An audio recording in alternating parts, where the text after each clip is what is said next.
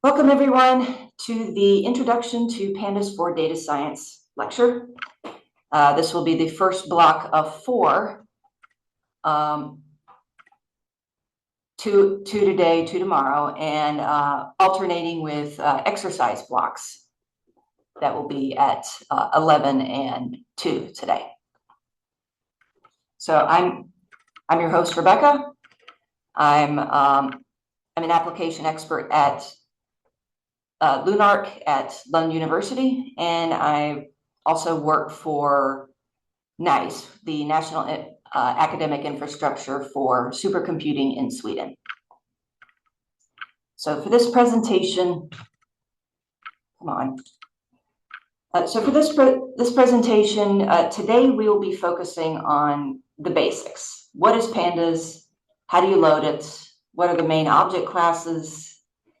Some basic input and output functions and how they work, data selection, inspection, and cleaning, built-in operations, and sorting and merging data, that will be a very short section. For tomorrow, we'll be covering a little bit more advanced topics, some group by objects and how they work, what's nice about those. How to use or define complex or user-defined functions, how to use some built-in plotting methods. If we have time, we'll go into a little bit of time series functionality, and then we'll get into a few advanced topics that are of particular interest to HPC users. So first of all, what is Pandas? It stands for Pandas stands for Panel Data Analysis. It was a Python library originally developed for financial data, but now it's expanded to be a general cleaning, organizing, statistical analysis package for large data sets in general, as long as they are two or one-dimensional. If you have data that are n-dimensional, where n is higher than 2, you might want to choose something like X-array, which expands Panda functionality to higher dimensions. Pandas can handle higher dimensions, but it gets very cumbersome to select and work with. We'll briefly go into hierarchical data frames late in the day tomorrow, but we're not going to spend much time on them because, to me, they're more trouble than they're worth. Now, the only other major constraint is the size of the data table. You can continue to work with data that is much bigger than 3 gigabytes in memory, but you may have to add additional packages to help handle them. So you would have Pandas, but you might also have to add Dask on top of it, or polars.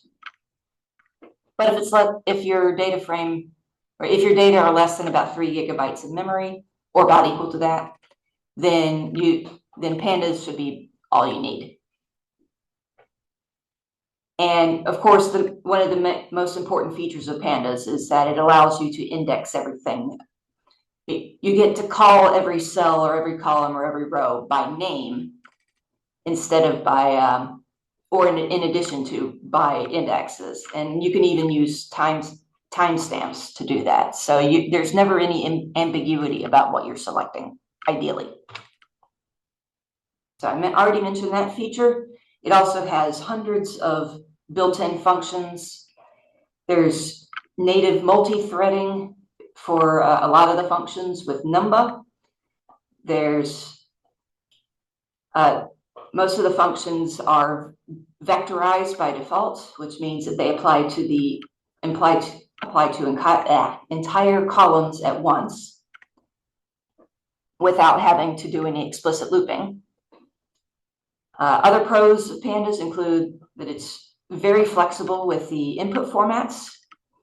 So there's at least 20 different read-in functions for different file formats, and each of them can handle multiple related file formats. It's easy to use once you get started. relatively quick to learn anyway. At least the very basic syntax. The sheer number of functions means it's not quick to learn in depth, but you can be using it you can get started pretty quickly. It also interfaces with many other packages. I already mentioned a couple that are required for very large data sets. To some extent, there's also a little bit of native support for chunking, but most of that functionality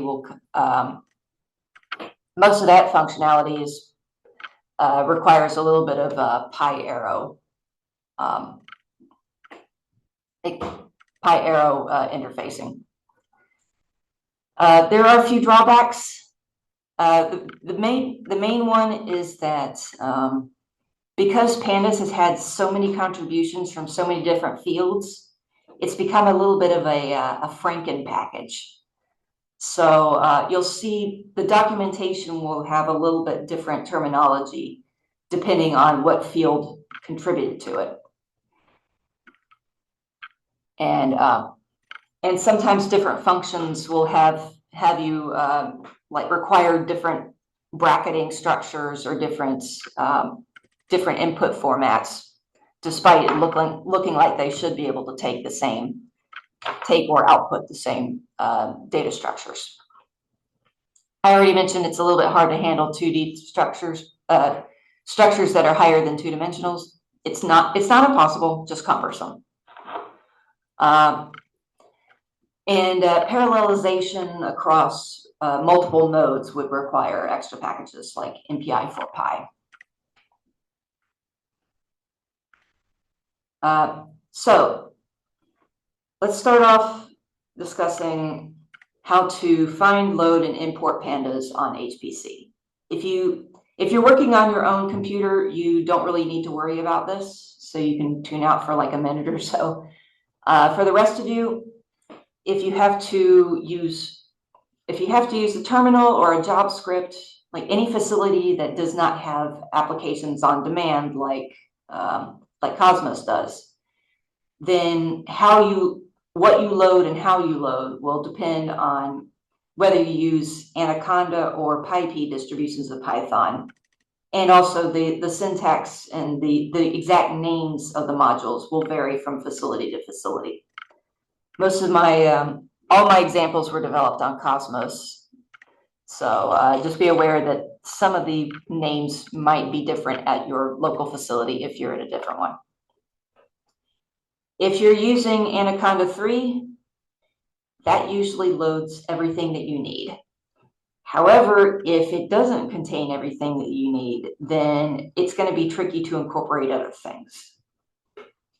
So if you need additional packages, it might be better to use PyP instead. Or if you really want to use the GUIs or on-demand apps, you would want to create a Conda environment and install what you need in there. For on-demand interactive development environments like Jupyter and Spider, if you're on Cosmos, or I believe it's HPC2N that has the most similar setup to Cosmos, then you'll need environments for additional packages that are otherwise incompatible, because the module loading, there is a function to add additional modules, but it's kind of janky. The other alternative is PyP, which is a bit more modular, so you have to load more, but it's a lot more flexible. At most centers, Pandas will be contained in what's called the SciPy bundle module. This is at centers that use the easy build deployment method. So SciPy bundle depends on GCC and MPI.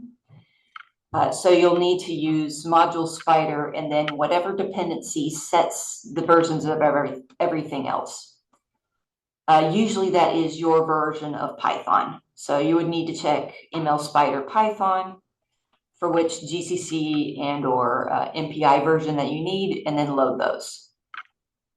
And then you would use ML avail SciPy bundle or module avail SciPy bundle to get the version numbers of the SciPy bundle, so that you can add that to your script or load it at the command line.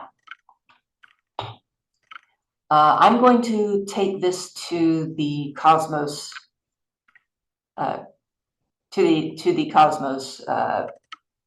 ThinLink and do a live demonstration in a second. But I want to draw your attention to a few features first. First of all, the applications are all in this applications menu. So if you are on ThinLink and you get into the and you get the HPC desktop, what you'll need is in the top left-hand corner. It'll be in the applications menu under applications-python, and then you'll get these pop-ups. These are for, this pop-up is called the GFX launcher, which is a program that was developed to give a GUI interface to on-demand desktop. It was developed in-house by our own department head here. So actually, I think it would be, from here on, it would be better to go ahead and change over to the ThinLink window. So can everyone see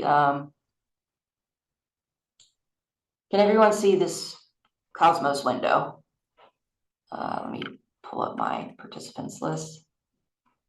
Just give me a thumbs up if you can see. Okay, I see a couple of thumbs up. Good. I also see a question. All right, cool.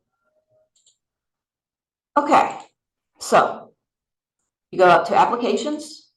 I'm going to start Jupyter here. So you go to applications, Python, Jupyter Lab.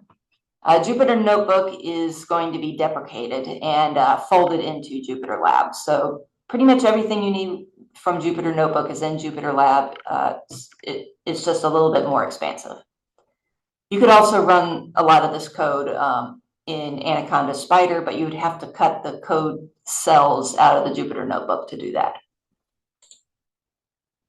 So it would be a good idea if you try to do this along with me, so that you can do some code along exercises in a little while. So this little pop-up here is the GFX launcher. And so what this allows you to do is to set the Slurm parameters for these jobs in a GUI. And that makes it so that, this application makes it so that the Jupyter Lab is running on a compute node instead of one of the login nodes, which is what you want. You want to be running on a compute node because there's 200 of those and only 3 login nodes. And if any of the 3 login nodes get tied up, it causes trouble for everybody who is being routed through them. So anyway, you want to select the wall time. For now, I'm going to select 6 hours because we'll be going until 3. For you, the account that you want to select is this LU 2025-2-72.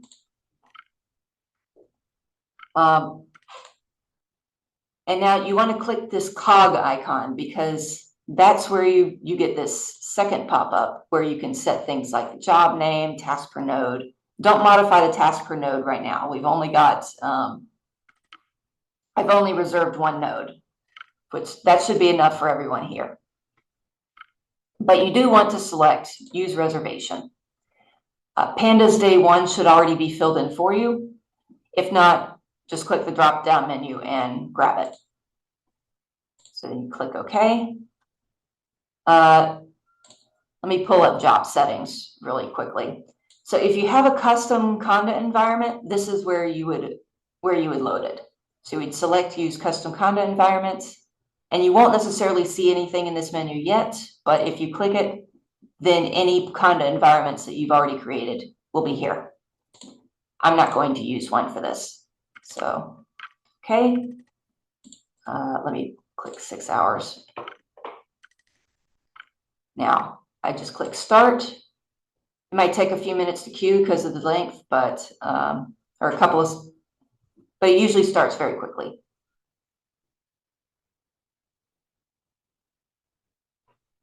That is not what I need. So let me close that and go back to the file browser.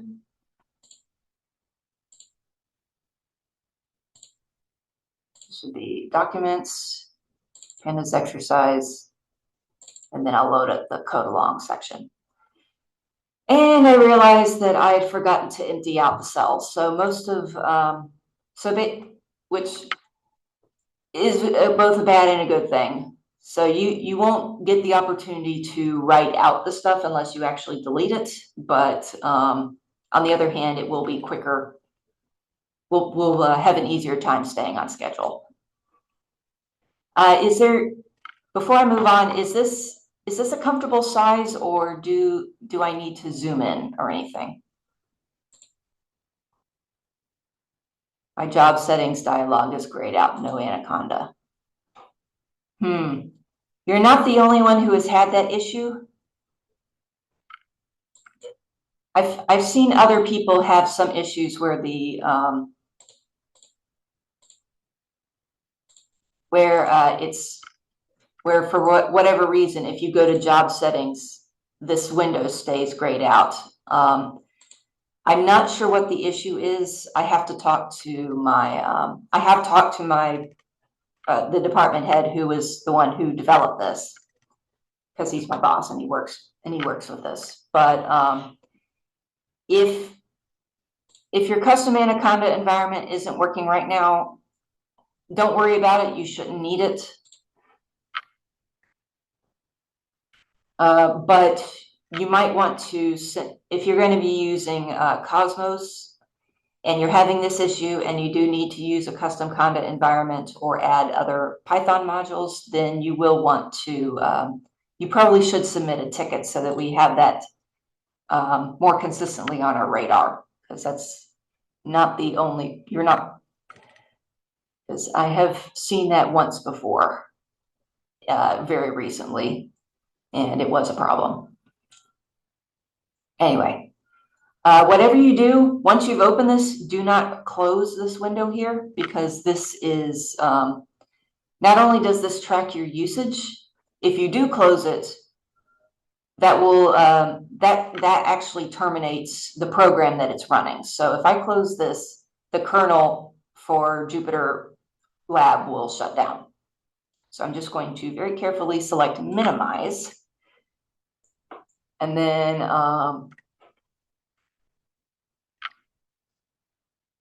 now, is anyone else having issues that could start the Python environment? Good. All right. So as long as I'm in the, as long as I'm on ThinLink, I will also show you the how you would do it on a terminal, which is more appropriate for other centers. So at Cosmos, we prefer if people use the CPU terminal in Applications General, because this is a backend terminal. So if you click Applications, the very first thing that comes up is this Favorites menu, and you see a terminal there. This one runs on the front end.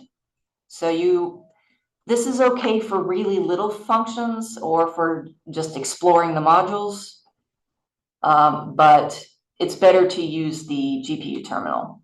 But for the sake of showing you where the modules live and how this would work for PyP, I will use that terminal. So let's say I want to know what Python version. Let's say I want to do something that's similar to a workflow that you would have if you're transferring from your local laptop to an HPC cluster. So let's say that, and I'm using my own experience as a personal example. So let's say that you built a Python code that was based on Python 3.11.8. First thing I want to do is see what versions are available on my local center. So I would do ML Spider Python. At some centers, they advise you to use ML Avail Python if the modules are not nested and hidden based on prerequisites. But for Cosmos and similarly structured centers, you want to use ML Spider. So I'm going to see all the examples or all the available modules and then put out. So I do not see a 3.11.8. So you click. So the best thing to do is click the next nearest version. So you want to match the this middle number, ideally, and you absolutely have to match the first number. Like I don't think anybody is actually still using 2.7, except for really, really old code that nobody has worked on in like 10 years. But yeah, you want to try and match the second number, which is like which still qualifies as a major release. And then these last numbers are minor releases that are mainly for little tiny upgrades. So I am going to look at ML Spider Python 3.11.5. Now what you'll see is the dependency here is GCC core 13.2.0. 9 times out of 10, if you see GCC core and you have to load anything in addition to Python, 9 times out of 10, you just want GCC, not GCC core. GCC core is a lot more basic, and so if I were to try to load GCC core and then try to load SciPy bundle, it would still have a freak out. So what I'm going to do instead is load GCC 13.2.0 and then look at the available SciPy bundle versions.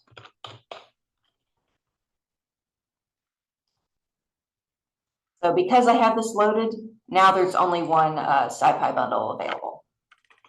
So, and I happen to know that SciPy bundle pulls in Python automatically, so I can just load that. And now if I look at what's loaded with just by typing ML, which by itself is short for module list, now I can see what all has been loaded. So if you see a module that says this little S here, that means it's hopefully most of you are familiar enough with the module system that this is familiar, but be aware of what modules are sticky and what modules aren't, because if you're at a center like PDC's Dardel, nothing is sticky. And there might be modules that are loaded on startup that you might accidentally be able to accidentally purge, and then it's a royal pain to try and recover them. So do be careful of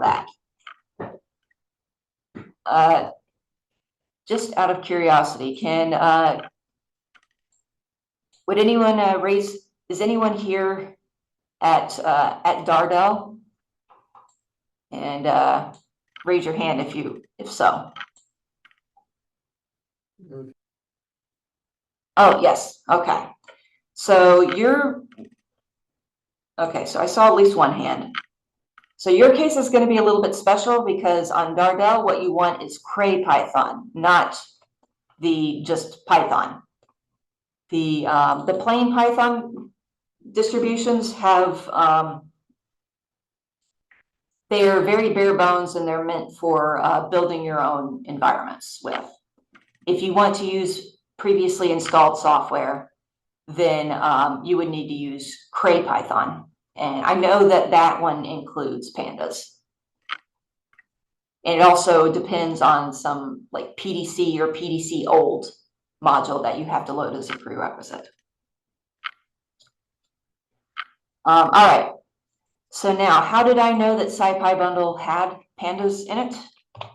Well, because I've been working with it for like a couple of years now. But if you wanted to check whether a module contains an extension that you need, then you can use, and you have it loaded, or at least you have the prerequisites loaded, then you can use ML show.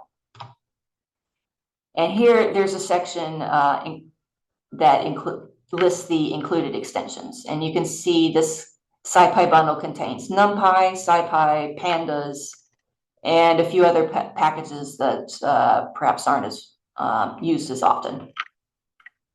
But yeah, if you're using a PyP distribution, you're almost always going to have to load SciPy bundle. Like, I don't know what you would do with Python that doesn't use that, except maybe some string operations. Okay, so now let's go back to the slideshow. Whoa. And return to the slideshow. Already covered all of that. So now, with the remaining 15-20 minutes, we will be going into Pandas, object classes, data types, and other very basic info. So the main workhorses of Pandas are these classes. So there's a series for 1D data, and there's data frame for 2D data. For a series, you have a 1D data frame. Sorry, you input a one-dimensional array, and then you can give the array customizable indices so that you can give each row its own name or number or timestamp or what have you. You can also give it this name argument if you happen to know that you're going to be adding it to a data frame later. And then there's data frame, which takes a two-dimensional array and allows you to assign column labels and row labels or indexes. The attributes for both are very similar. I will go ahead and copy link and put that in the chat.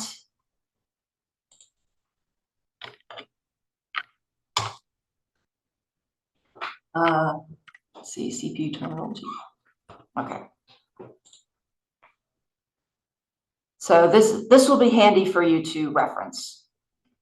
There might be a hashtag attached that it's not supposed to be there, but anyway, you'll want to reference those for the examples. The attributes and methods are pretty similar for both of these. Come on. The main ones that I want to draw your attention to are index, columns, and values. So index gives you the list of row labels or numbers or whatever kind of data type that you gave it. Columns does the same thing with the column headers, column labels. And then values returns the contents of the array stripped of the column and row labels. And you can also call dot values off of dot columns or dot index to return a NumPy array. So if you do data frame dot values, you get the values themselves back as the cell values back as a NumPy array. And if you call it off of columns and index, you get a one-dimensional array, NumPy array of the columns and indices. And then there are an incredible amount of other attributes to look at. A couple of them are shown here on this presentation. You can print the number of dimensions. You can print the shape, so the length in each dimension, the size, which is the total number of cells, the axes, if you want to see what data type the row and column, the rows and columns, or the indexes and columns are. So range index would be appropriate for a numerical data type, and it'd be regular index type for something like string labels.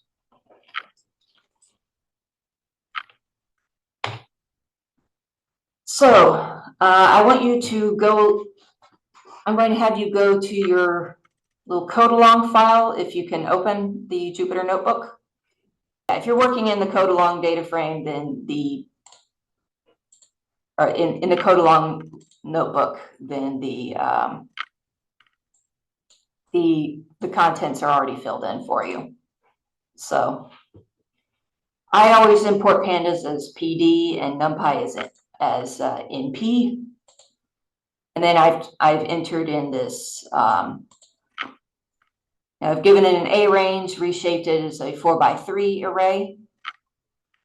And then I've just passed this array to data frame, to the data frame initiation function as A.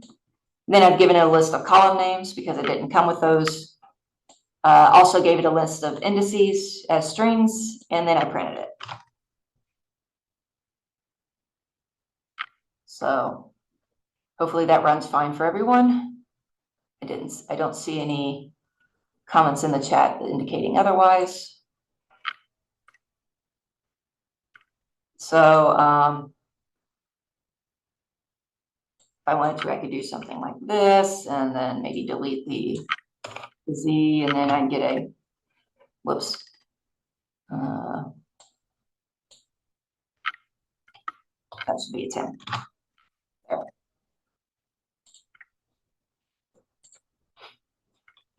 Or I can even do something like that.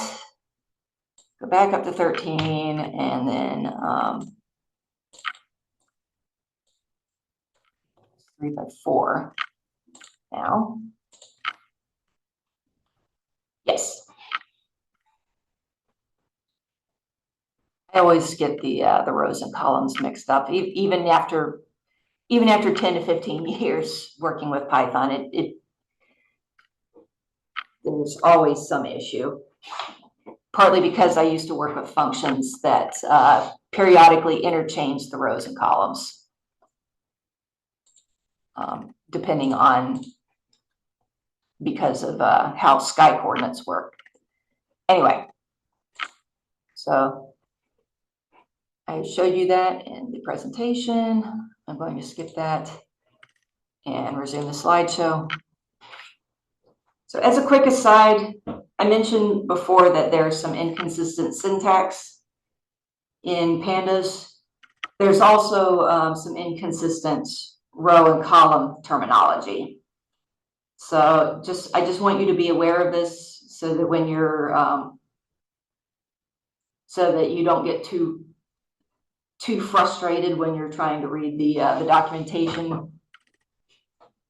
So usually it's obvious in context what's being referred to, but it's not always. Sometimes you have to play with it a little bit to figure it out. Indices typically refer only to the row numbers, but it may refer to non-numeric row labels to distinguish them from columns, or it might refer to column indices if the columns are extracted by number or position instead of by the actual name. Columns might refer to just the labels or the labels and the contents collectively. And if you're using a function that is meant to mimic SQL-like commands, then you might see either column labels or both column and row labels referred to as keys.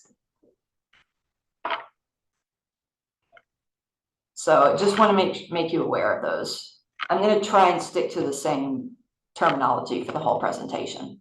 Let's see how much time do we have left. All right, let's talk about input and output. So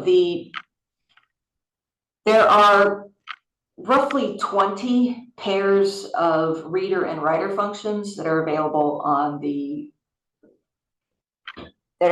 be viewed on the Pandas documentation site. This is the table where you can click the different functions to see what the quarks are and how to invoke them. And you can see that for read CSV, which is one of the most popular ones, there are a ton of options. So if you're going to be using it, it's handy to have this bookmarked so that you can refer to it, because you're never going to remember all of this. All right, let's go back. Whoops. So the most popular 3 functions for readers are read CSV, which is also used for reading ASCII text. So if you had the standard tab separated .text files, you would also use read CSV. It's just that you would change out the default separator from a comma to a \T for a tab. And it's similar for the writer. If you want to write out an ASCII text file, you would give it the path, change the separator to \tab, and then pass any other carbs that you want. The default for read and write CSV is obviously comma separated value files. If you have a fixed width text file, like for Fortran, you have the option to read it in, but you can't write it out with Pandas. There are other ways to do it, but it's you can't do it with Pandas, unfortunately. The other popular option is read Excel. This is also applicable for open document formats, so like if you're using LibreOffice.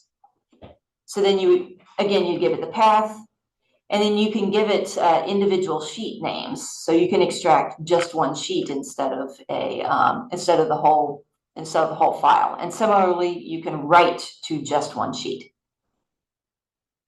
or you can write multiple sheets to a single file. A few things to note as commonalities among the different input-output functions is that most of these reader functions assume that the top row of data contains the column labels. However, you can manually override them by giving a different row label, or by passing an explicit array. Let's see another. Yes, it does have an HTML parser. It also can parse SQL tables. It can parse JSON files. It can parse NetCDF and HDF5 files. Yes, lots of different formats. Also note that if you do not pass an index function, or if you do not assign, if you don't use the index call kwarg to set a column number to be the indexes, you can then Pandas will assign the indices a numerical integer, an integer index that starts with 0. You also don't have to use the reader and writer functions if you already have data imported into NumPy arrays or structured arrays or dictionaries. You can also convert to and from those data types, to and from series and data frames. All right. So if you already downloaded the exercise file, you should, and extracted it to a specific folder, or as a folder, and didn't transfer anything out, then the exoplanets 5250 Earth units.csv file should be in the same directory as your code-along file. So I want you to use the function, the reader function, read Excel, to load that into a data frame. And it would help if you can set the index to the leftmost column. And then as an experiment, you can also try writing the data to a tab-separated text file. So we don't have a lot of time left, so I'm going to just go straight to the, and go straight here. Skip that. So then the function to load in the data frame is as simple as this. You just give it the path, and then set index call equals 0. And then if you want to look at the top, let's say 3 rows, there it is. Now, if I did not include this index call argument, then what happens is that name moves over to a column, and then each row gets a zero-based integer index. So let's undo that because we want that index column. All right. Let's return to this. So let's talk about inspection and cleaning. There's lots of different convenience functions or convenience methods for previewing your data just so you can see what you have. One of the more common functions that I already demonstrated was head. So head and tail print by default 5 rows, either from the start or end of DF. So head prints the start and tail prints from the end. You can also give it a, with empty parentheses, it defaults to 5 rows. If you add another integer, you can, like I did in the example with 3, it'll print a different number of rows. Info and describe are a little bit easy to confuse, but when in doubt, you probably want info. What info does is that it summarizes the contents and data types of the data frame. So it tells you like the number of values that are not nan.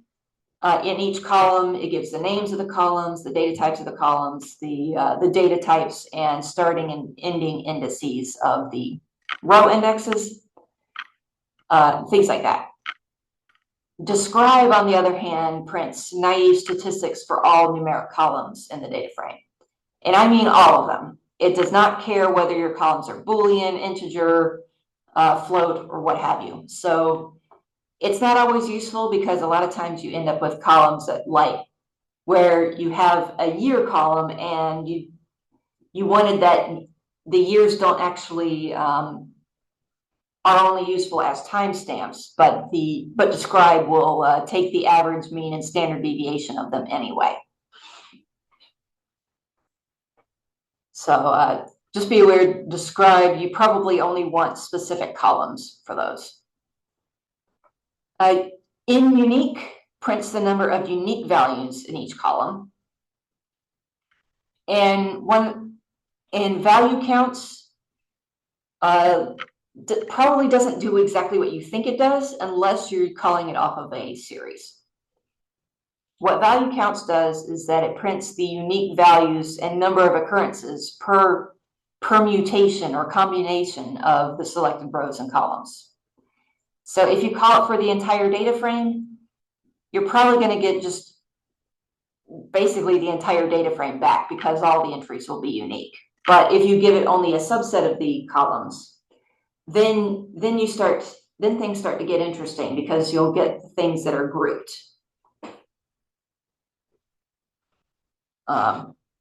And then, of course, you want to refer to the Pandas data frame API reference to see all of the other convenience functions.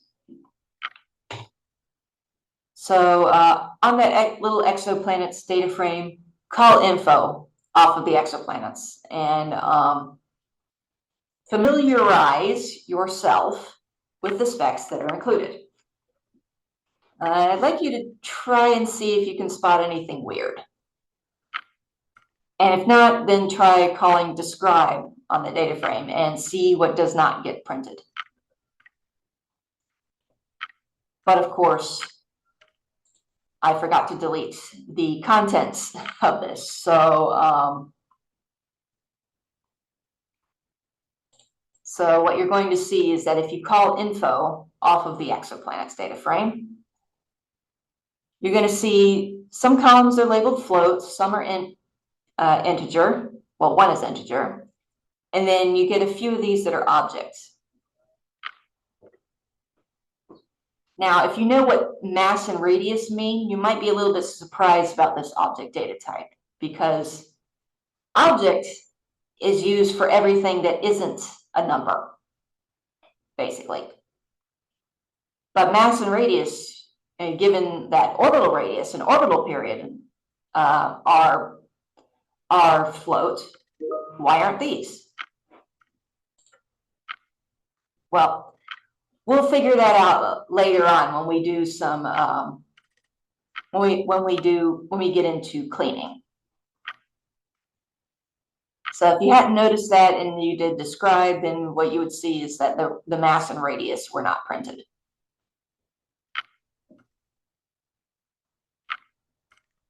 So let's get back to the inspection.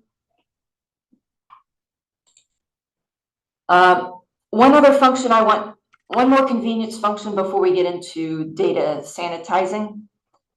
I want to draw your attention to the memory usage function since a lot of you are going to be on HPC centers. So what this does is that it prints the sizes of each column in memory in bytes.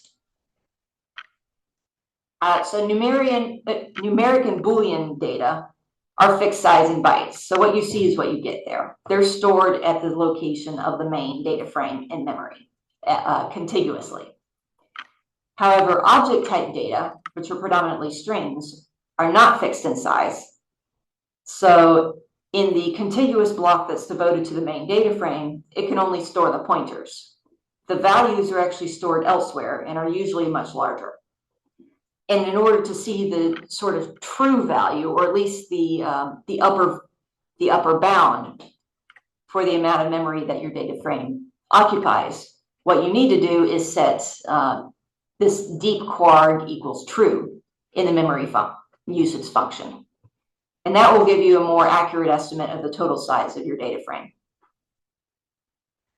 So don't rely on the memory usage, the memory size specification given by info, because that's the shallow memory usage calculation, or the sum of it rather. So if you've got a lot of strings in your data frame, then you really want to use this and take a look at it and use deep equals true, because otherwise you'll be dramatically underestimating the amount of data the amount of memory that you're using. So in the exoplanets data frame that I already showed you, index, planet type, and detection method are the ones that should be strings. This was done on the corrected data frame, by the way. So mass and radius have been converted to float. But planet type and detection method are strings. And if you take a shallow copy, if you do the memory usage shallowly without doing the deep equals true, then the planet type and detection methods columns look like they're the same size as all these float columns. But if you use deep equals true, they suddenly balloon to almost 10 times that size. So very useful to keep track of. Now, before we can figure out what is going wrong with that data frame that we just looked at and see what's causing the problem, you actually have to know how to select the data. If you can only remember two things from this slide, remember .lock and .ilock. .lock for selecting by names, things that are not, for selecting by row labels, and .ilock for selecting by position. So the traditional zero-based indexes, regardless of what the labels actually are. So if you want to select rows and columns by name, you can give the row labels and or column labels as strings or whatever other data type they are. You can either give them individually or as lists. And if you're only giving the columns, then you can select the columns by as if they're dictionary entries. So with square brackets and then just the names of the columns or a list of column names. But if you have to select both rows and columns, then you need this .lock. or if you want to select just rows by name.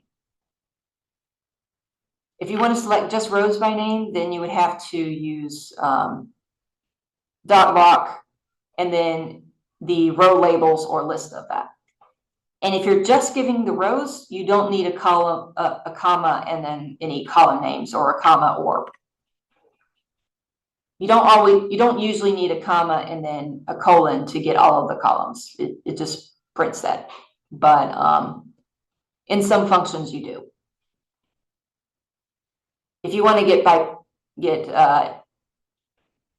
rows or columns by index, then you can use the actual integer zero-based indexes, and you can use slice notation in iLock. Please note that you cannot mix .lock and .ilock if you're going to be assigning data to it. If you have to for data selection, like for conditional selection, you can do that just to extract the data, but you cannot do it for data assignment because you have no idea if you're getting if you're working on a copy or on the original. Even Pandas doesn't know. It will usually raise a warning if you try to do this, but not always. Conditional selection operators also work in the square brackets if you're trying to use, whether you're trying to select just columns or if you're trying to use .lock or .ilock. However, there are some conditions. If you need logical operators, you need to use the bitwise versions. So the ampersand, the pipe for or, the caret for XOR, and the tilde for not.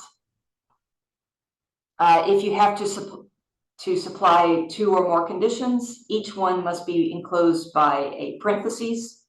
Otherwise, the function will raise a type error. And if you need to check for invalid data, you use .isNA and .notNA instead of isNan and notNan, or isValid.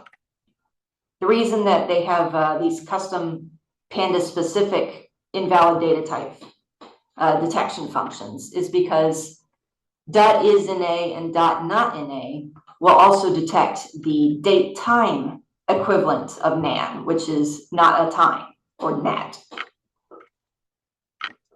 And if you have strings that you want to search within or contain substrings, you would use .isIn, .notin, or .string contains, or things like that. And there's more information at this Boolean indexing argument. Shoot, we're almost out of time.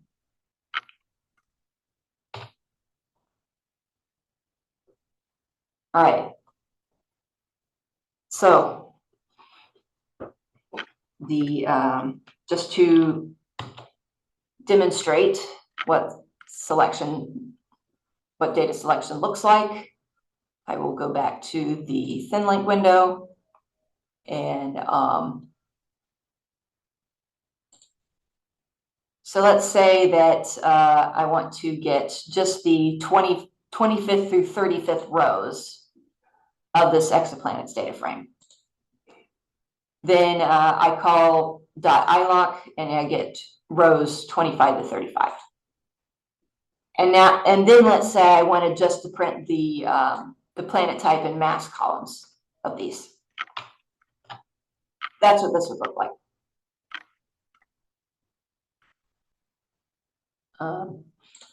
If I wanted to do that, if I happen to know that planet type and mass were the so planet type is, if I had contiguous entries like planet type and discovery year, I could do, let's say that's 2 and 3 in zero-based indexing. So I could do something like this. 2, 3, and then the output of that would be oh, that's right, I forgot, it's not inclusive, so it's 2, 4, like that. Unfortunately, you cannot .ilock with dot iloc, you cannot extract non-contiguous columns except by using conditional selection. So I'm going to switch this back. And then for conditional selection, I use this example with .loc to pick out the data that has discovery year before 2007 and to get the very few planets that are not of the gas giant type. And since these are all before this comma, that means these are selecting specifically from the rows. And then I select planet type for the column.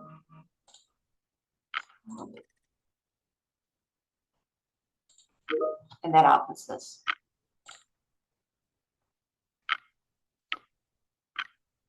All right, we are, oh, we are on time. Now, let me minimize this and then resume the slideshow.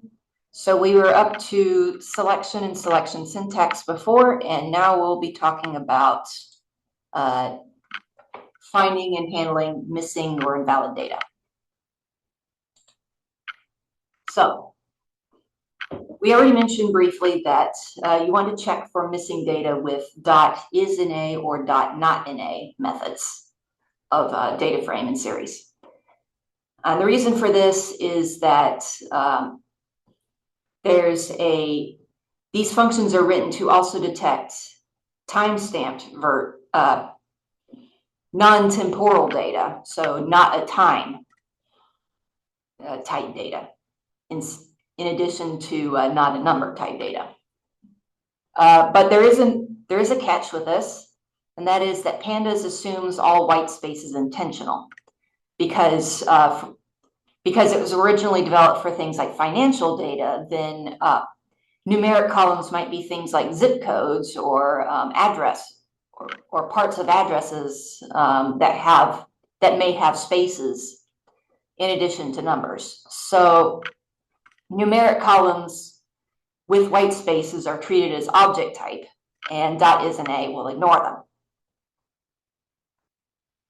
So, and the other thing that isInA does not find is inf.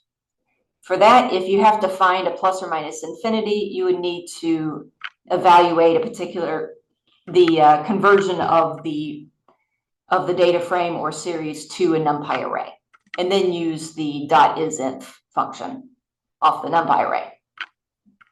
However, once you find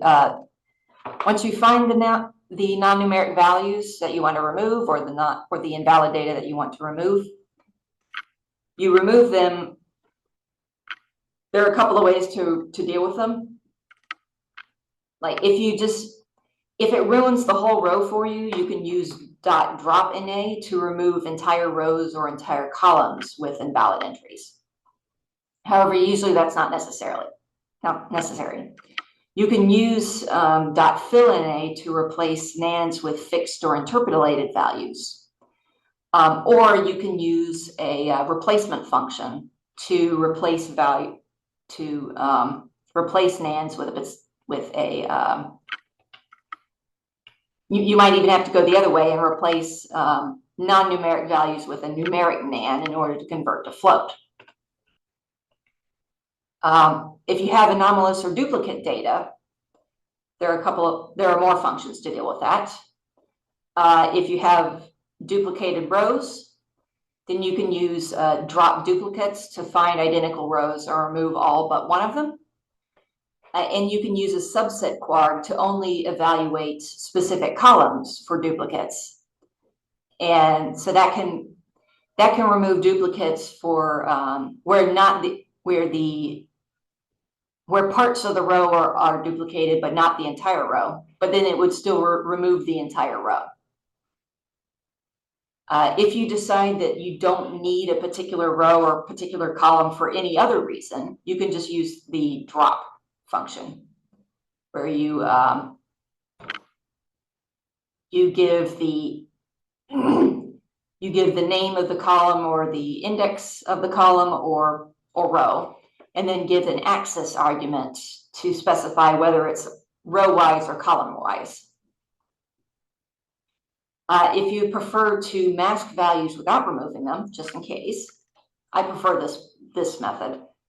You can use dot mask, give a condition, and then if you want to, you can use other equals.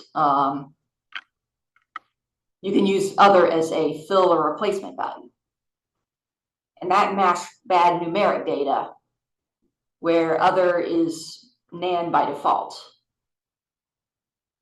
And of course, there's this vectorized replace function where you give the old value and then the new value, and it swaps.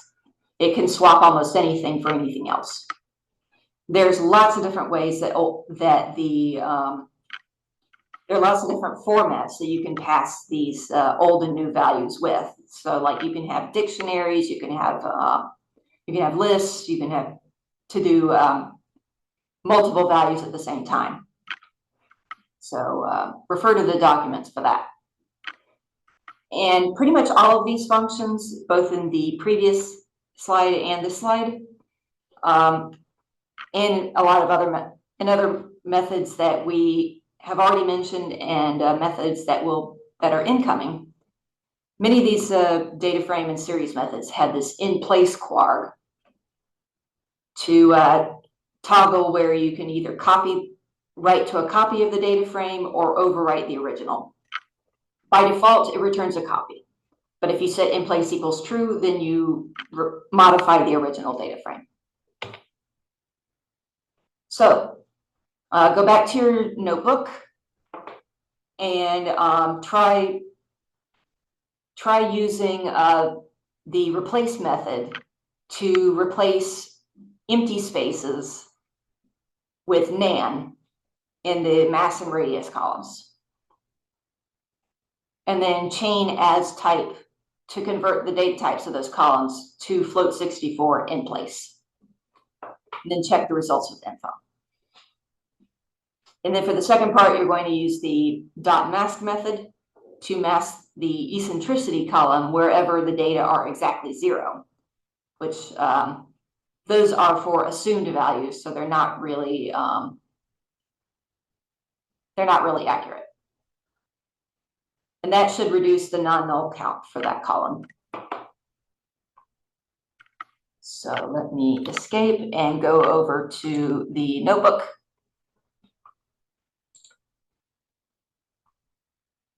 So since this is already filled in, you're just basically watching me execute this function, but anyway, I'll go through it. So in order to replace the values, you want to set the column that you're modifying equal to itself with the modifications. So I set the exoplanet data frame, indexed the column, and then set that equal to the same thing, dot replace, where the old value is a space and the new value is a NaN. And then I chain that with dot as type and then float 64. So the data types, these are pretty much all the data types that you would be working with on an ordinary basis. There are other types that use a smaller bit count. Like you can go as low as int 4, I think, or maybe even int 2. But there are lots of different multiples of 2 that are available for float and int. But object type is just object type. Pretty much any malformed data type will be that. All right, where did it go? So this is what I had to do to fix the data types. Now, when I do info, now the mass and radius columns are float 64, like they should be. Now to do the eccentricity masking, now for those of you who aren't familiar with this, these are basically just the parameters and the various descriptors of exoplanets. I should have detailed this earlier. This data frame is about detailing different parameters for exoplanetary systems. And the eccentricity is just describing whether the orbit is more circular or more elongated. And if the eccentricity is 0, that means it's a perfect circle, and nothing in nature is ever perfect, so these are just dummy values. So that's why we're masking them. So again, I set the column equal to itself, and then call the method to modify it off on the right-hand side. So dot mask, and then because there's only one condition, I just have to use set where this column is equal to 0. And now if I look at so before I did this, the non-null count in eccentricity was basically the full length of the data frame. But now, if I do it, it's dropped to about a fourth of the total data frame. So a whole lot of these objects had dummy values. And now we will resume the slideshow. So, oops. Okay. Now let's talk about basic operations. So you already actually saw one vectorized method, and that was the replace function. But a lot of the functions that are available through Pandas are vectorized. And that just means they apply to the entire column all at once without having to explicitly loop through the entries. And that includes vectorized string methods, which are really handy for if you have string type columns, which are very often malformed. So most string methods can be replied column-wise using the dot string accessor and then dot method. You can scroll through the various methods in the left panel of this API reference. So for the dot string accessor, you can go to, so there's dot string. These are for date time. This is for categorical data. This is for sparse data. If you do string, then you've got all of these arguments. So it's probably like 50 methods or so, several dozen. Back to the slideshow. String method does not accept dictionary like the regular replace function does, like the built-in string function does, but you can get back a similar function by using the general replace function without string instead. So that allows dictionary replacement, where the keys are the existing substrings and the values are the replacements. You can also use split and rsplit, and that can make one column lists or more than one columns of substring, depending on the value of this expand quar that it has. I'm not going to go into any more detail into all of these different string methods because you have the documentation and we don't have time. But the string accessor also allows indexing of lists or strings within data frame cells. So if you have if one cell of your data frame is a list or a string unto itself, if you use dot string and then the square brackets, and you can access substrings by position. So let's say I put my name, Rebecca, in a cell, and for some reason I want to get the third letter. Then I could use dot string, or I could get to the column, select the cell, then call dot string, square brackets, and then 2 to get the third letter. So that's how that works. Now let's talk about math and statistics. Pretty much any NumPy universal function that you can think of, and a few of the SciPy methods, as well as cumulative sum and cumulative product, all have methods that you can call off a series and data frame. So I can show you that. So you can call .sum, .mean, .quantile, .cumsum, .cumproduct. All of that is available. And if you don't need any arguments if you're just calling it off of a series, which includes if you selected a specific column. However, if you do give it an argument, that is basically telling it the axis. So 0 or 1 here, that means that so 0 means that it's aggregating along the rows. No, sorry, it's aggregating along the columns. For axis 1 or columns, it's aggregating along the rows.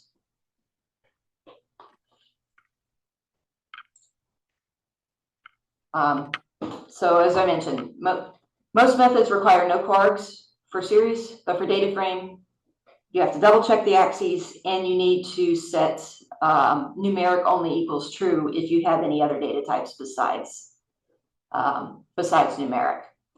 Because if you don't set numeric only equals true, then it will just raise an error, because it will try to take the mean or the sum or the median of a column that has strings in it, and then it will fail.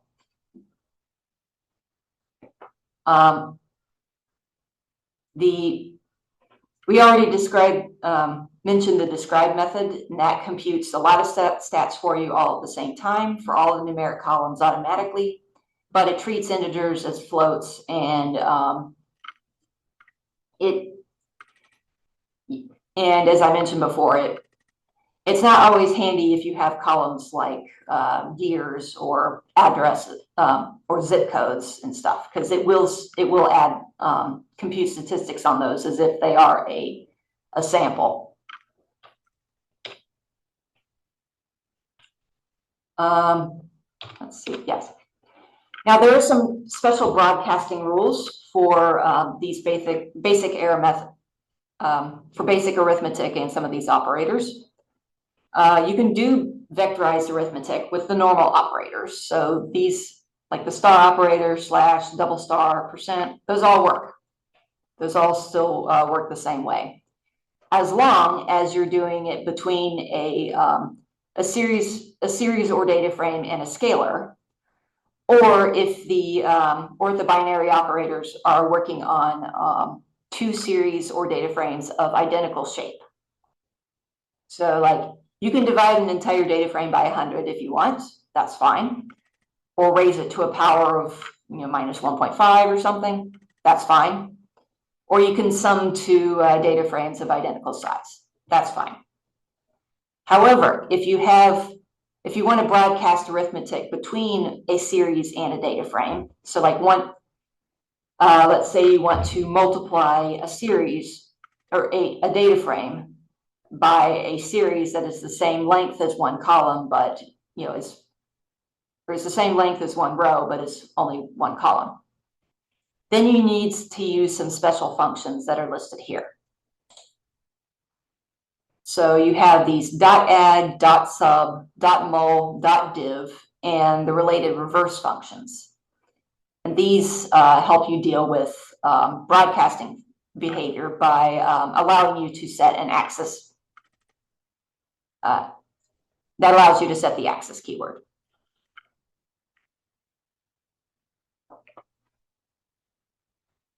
So if you have if you're multiplying a data frame by a series and you set axis equal columns, then that means basically it's copying the multiplication operation to every individual column.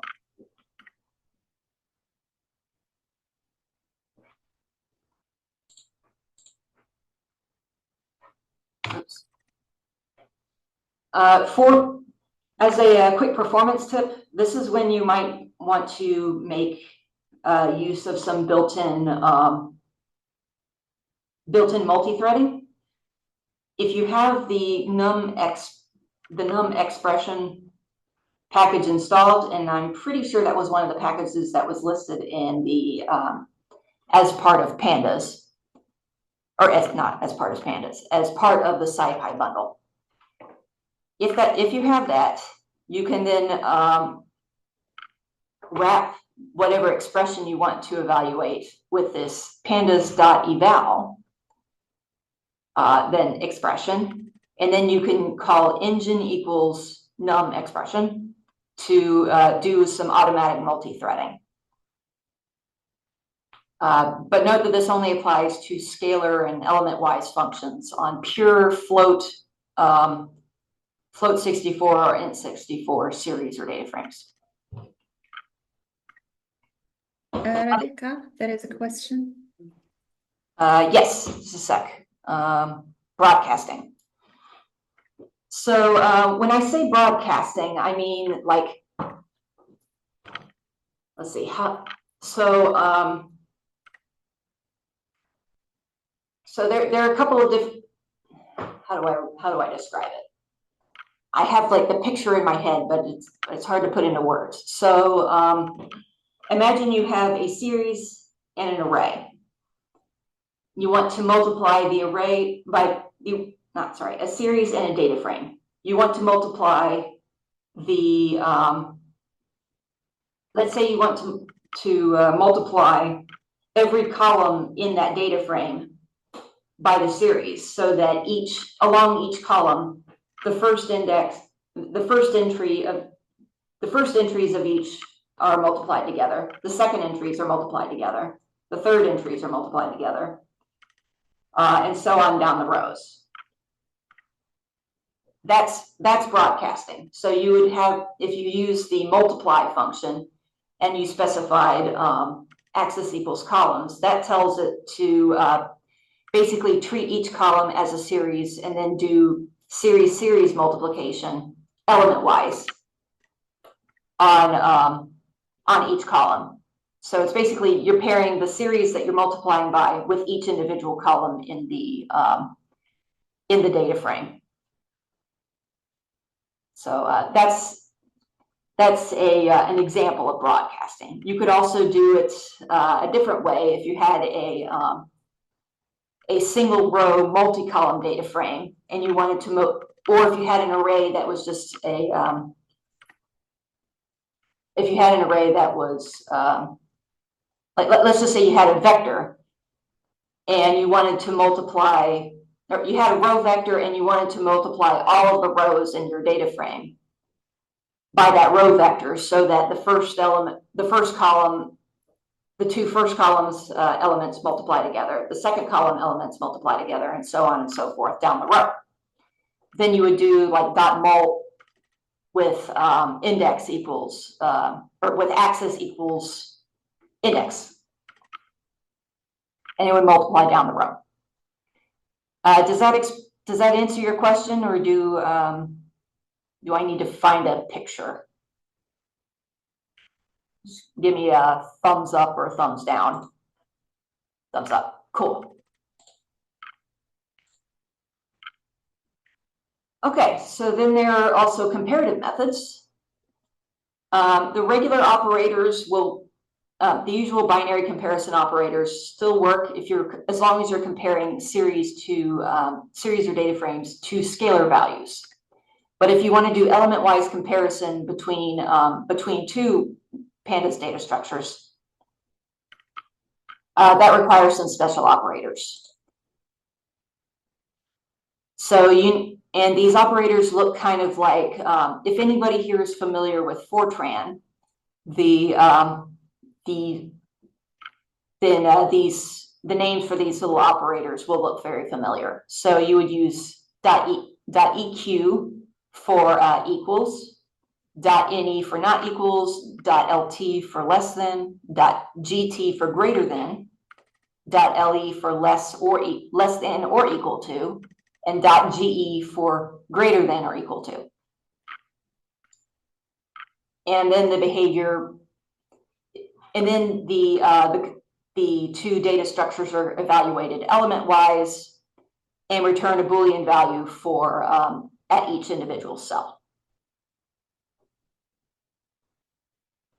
And then the syntax is as follows. So you have the original data frame, and then you call dot the binary method, parentheses, and then in parentheses, the data structure that you want to compare to, another data frame or otherwise. Then there's Boolean reductions. And this is sort of the equivalent of doing .any or .all. So basically, you collapse a column or collapse a row to find out if the comparisons are true for any or all elements in a particular row or column. So the way to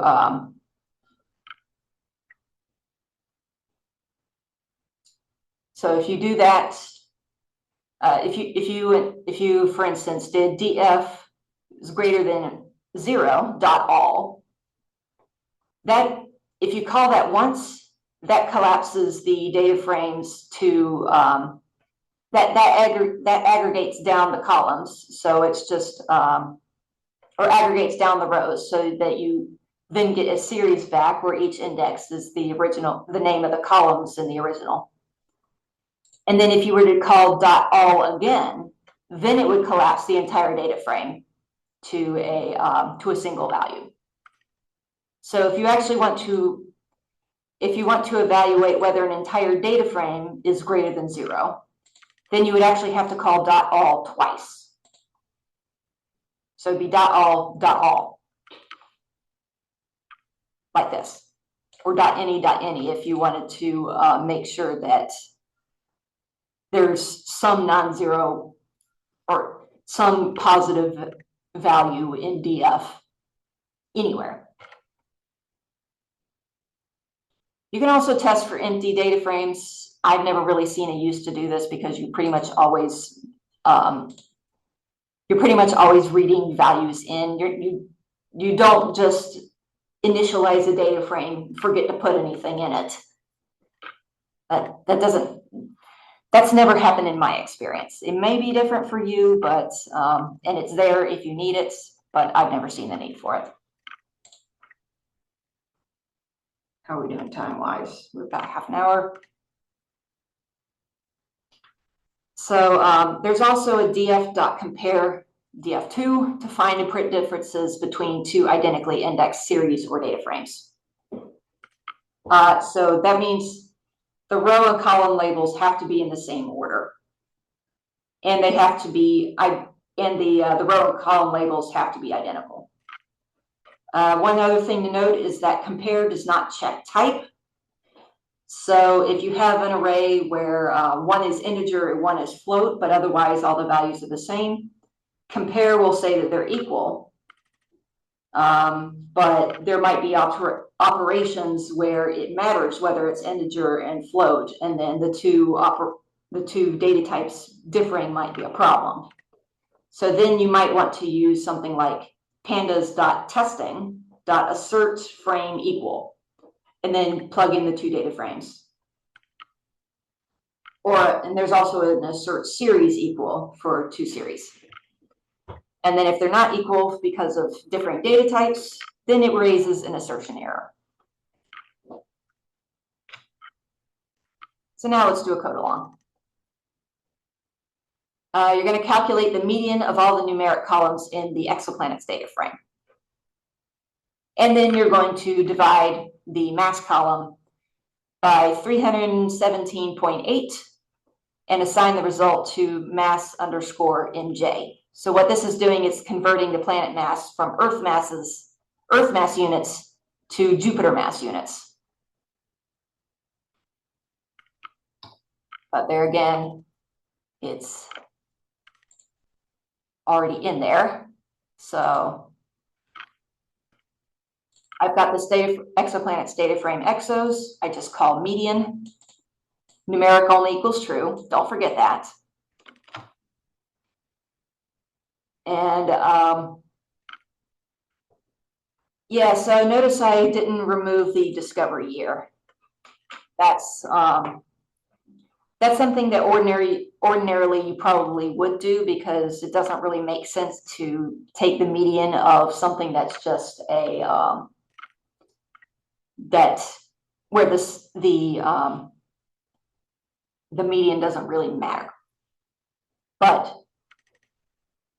for the others, you can see some interesting summary statistics. And then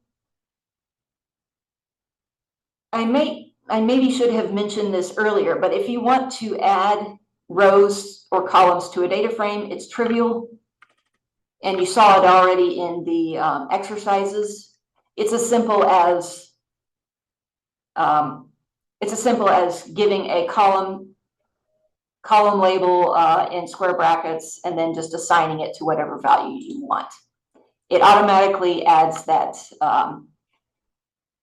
If you assign a column like this, it just automatically appends it to the data frame. So I'm going to print the entire data frame. And there you can see on the far right, it added the mass_MJ column. Not really having to do anything special.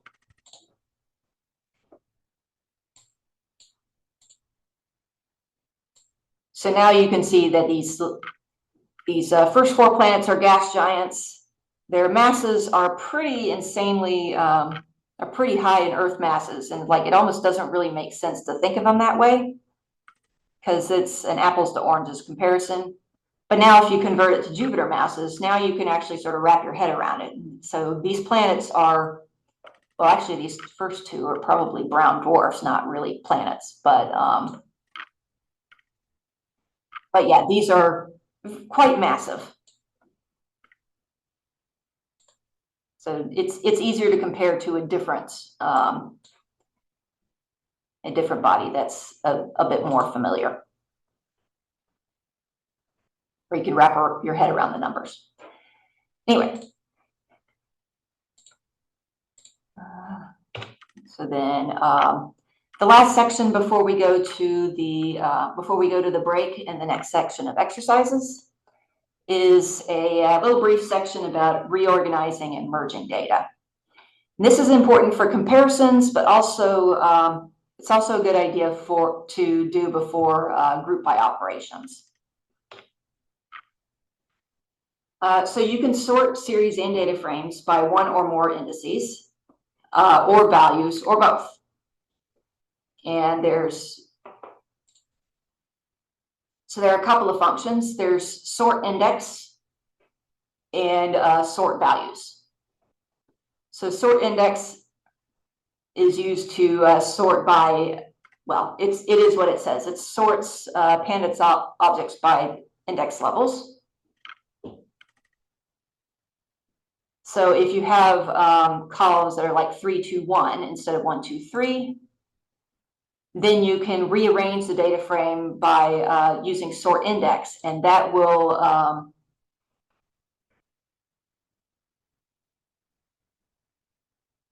sort the data frames in see, sort index A, B, C, D. Yeah, okay. So that will so you have A, B, C, D. Oh, A, D. Sorry, I dyslexia. So in this original unsorted index data frame, the indices are A, D, C, B, and the columns are 3, 2, 1. So if you wanted to sort index, by default, the indexes that are being sorted are the row labels. And so sorting index rearranges the rows so that the row indices are in order. You can also use ascending equals false to reverse the order, and you can set axis equals 1 to rearrange the columns so that they're in order. Note, however, that if you spell out numbers as words, they will be sorted in alphabetical order, not numerical order. So, And also, if indices or columns are missing, you can use a .reindex to add and then sort them simultaneously, or to change the indices by assignment. However, this is not done in place. This returns a copy. You can also use this .reindex to select data where you're not sure if a particular row or column label exists, but you don't want to return errors. I've never had to do that, but it is there if it is an option if you need it. Then there's also this other handy function that I've personally made quite a bit of use of, which is df1.reindex like df2, where you take you can make an empty data frame with the same row and column labels as this second data frame, and insert the values from the first data frame where the labels are shared with this input data frame. And I believe that's in one of your exercises. There are quite a few options for combining data structures. These get quite complex and can be pretty non-trivial to figure out how they work when you're doing like combine or join. It takes, if you're not familiar with SQL logic, or even if you are, it can be kind of you kind of have to play around with it to figure out how it works. But concat is simple. That just joins two series or data frames on whichever axis you specify. So if you specify the index axis, then it basically tacks on rows to the end. If you give it the columns axis, then it appends the two arrays side by side. Merge joins two data frames based on SQL logic or series, and it uses the columns. And you use the how quag to specify different methods of merging. And you can look at the options here. Combine first is also really handy. You can use you can take a data frame that has missing values and then take another data frame that has the fill values and set the fill value frame as the input to combine first, called off of the first data frame. And that will insert values from the second data frame into the first data frame where the first data frame is missing those data. That's surprisingly intuitive.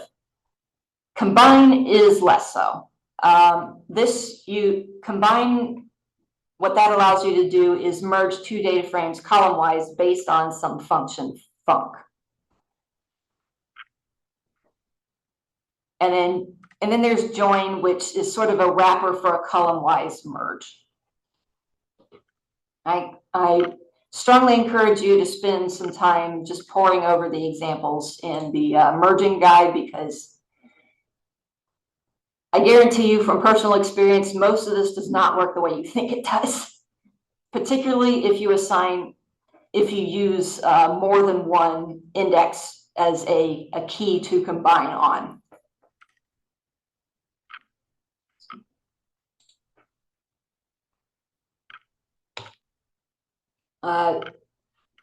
Just to go over very quickly a little bit of how the SQL logic works for Pandas merge and Pandas join. So an inner join is basically taking the intersection of two data frames. So wherever the data exists, wherever both rows and column labels exist and there are data in them, in both data frames, that's what's kept. For outer join, there are several different methods, and you don't specify outer in the how quag of merge or join. You just give it left, right, or full, or left, right, or outer in this case. Left takes all of the contents of the left data frame plus wherever the wherever the right data frame has data in the columns that are shared, that have shared row and column indices with the left data frame. So if you have let's say you have a data frame that has columns A, B, C, and rows 1, 2, 3. And then you have a right data frame that has columns C, D, E. So it shares C with A, or with the left column. And then it has rows numbered 2, 3, 4. So then it shares rows 2 and 3 with the left. And maybe the left data frame doesn't have data in row 3 and column C, but the right data frame does. Then it keeps the valid data from, so it keeps all the data from left plus the valid data from right, where the row column indices are shared with left. And it's sort of the obverse with right join. You take the intersection where those data exist, and then all of the values of all the remaining values of the right data frame. And then for a full outer join, that does something more like, I think I just had the data frame up here. So let's say there's these two data frames.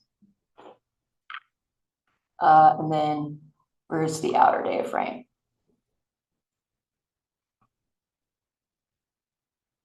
There was an outer.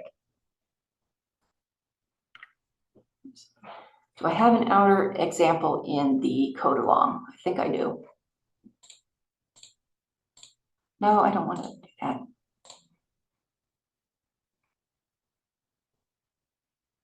So I showed the, let's do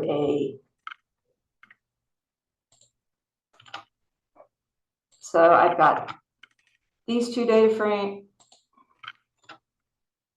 I've got DF1, looks like is BAC HIJK.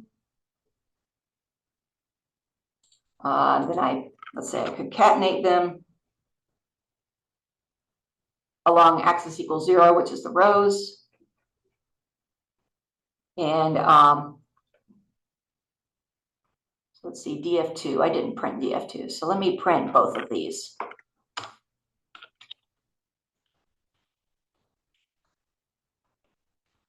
Fine.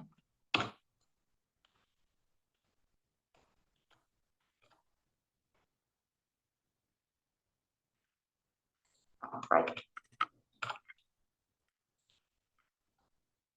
So that's what these two data frames look like. So there's a BAC, IJ, HK with random numbers. And then there's the second data frame that has BCD as an identity matrix and KLM for the indices. Now, if I concatenate those two, it keeps everything and pads out the rows and columns where the data don't exist. So the first data frame did not have a D row, so a D column, so it just filled that to D column with NAND, and then for the second array, it had values, so they're the values. The second array did not have an A column, so it just filled out the NANDs there. Now let's look at what happens if I do merge. And then I'm going to show you how equals outer.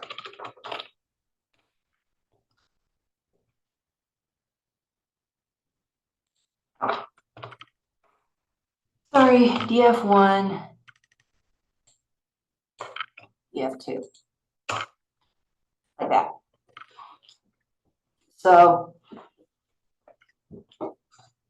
it redid the indices, it threw away the indexes, but it kept all of the columns. And it basically did a similar thing to what concat did, which is that it just padded out wherever the rows or columns were needed to fill in the missing data for one or the other data frame. Let's see what inner looks like.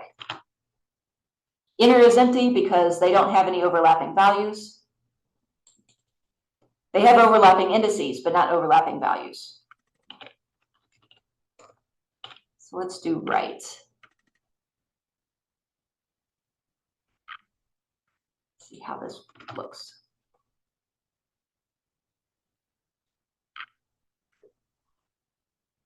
So the right join, that was DF1 and DF2. So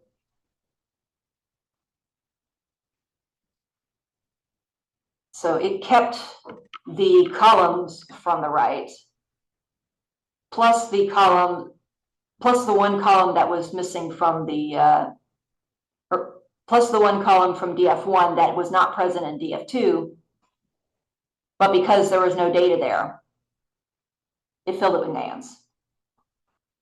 So yeah, these operations are can be very confusing, and you have to play around with them to figure out what they're doing, because 9 times out of 10 they don't do what you think they're going to do.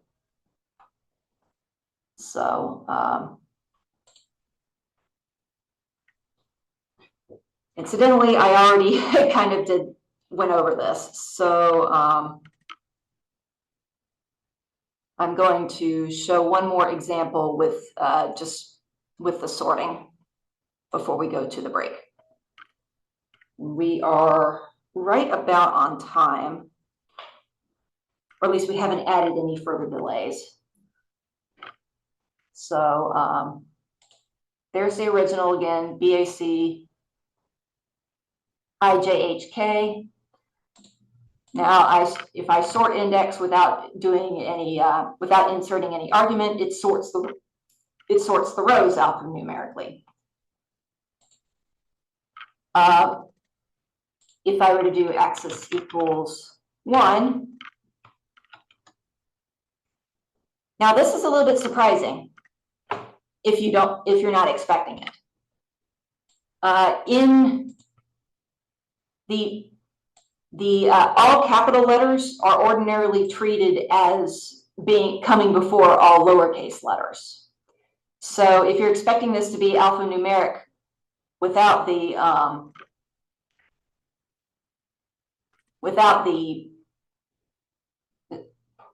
so if you're expecting this to be alphanumeric without evaluating for case, then you actually have to do a conversion. Now, if you want to sort the values of the array, let's say we want to do that by column C. So the original column C is in order 0, 7, 5, 3. But if I sort the, if I then rearrange the, if I call sort values by column equals C, what this will do is it will rearrange the rows so that this will be in order of 0, 3, 5, 7. So in this case, it's I, K, H, J. All right. So you'll play with the merging a little bit more in the exercises. And without further ado, good Lord, that's a lot of noise. I'll spend a couple of minutes on questions, and then we can take like a 10-minute break and then go to the exercises.